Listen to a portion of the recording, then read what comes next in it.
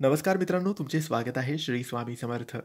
मित्रांनो, कर्क राशीचे मार्च महिन्याचे संपूर्ण राशी भविष्य कसा असेल मार्च महिना कर्क राशीच्या लोकांसाठी.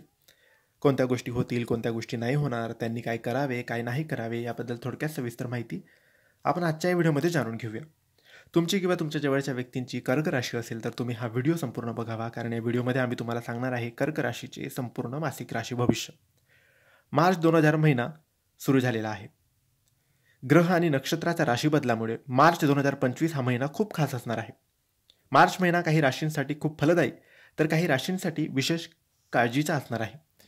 कर्क राशीच्या लोकांसाठी मार्च महिना करिअर, आर्थिक, कौटुंबिक स्थितीच्या बाबतीत नेमका कसा असेल हेच आपण आजच्या या व्हिडिओमध्ये जाणून घेऊया.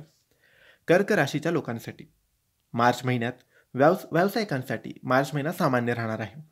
शनी आणि शुक्र 11व्या भावात आहे, परंतु 15 मार्च नंतर व्यवसायात चांगला फायदा होण्याची शक्यता आहे. नवीन नोकरीच्या शोधात तुम्हाला यश मिळेल, परंतु सध्याच्या कामाच्या ठिकाणी परिणाम होईल. स्वतःला बळकट करण्याचा प्रयत्न करा आणि लक्ष केंद्रित करून काम करा.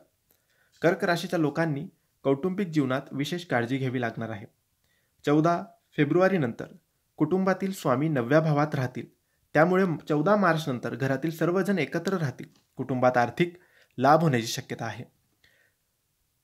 विद्यार्थ्यांसाठी मार्च महिना अनुकूल राहील. मंगळ पहिल्या भावात आहे आणि गुरु 11व्या भावात आहे, त्यामुळे लाभ नक्की होईल.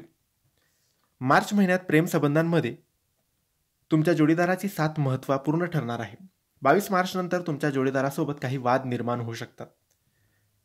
मार्च महिन्यात आरोग्याबाबत सावध राहणे आवश्यक आहे, त्यामुळे तुम्हाला तुमच्या खाण्यापिण्याच्या सवयींवर नियंत्रण ठेवावे लागेल. आणि 3ऱ्या भावात केतू आणि 9व्या भावात राहूची स्थिती असल्याने आरोग्याबाबत सावध राहणं अत्यंत गरजेचं आहे.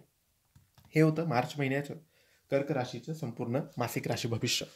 तुम्हाला माहिती कशी वाटली आम्हाला नक्की कळवा, आणि माहिती आवडली असल्यास लाईक आणि शेअर करा. काही प्रश्न असतील तर कमेंट्सद्वारे विचारा. आमच्या चॅनलला सबस्क्राईब करायला विसरू नका. धन्यवाद. श्री स्वामी समर्थ.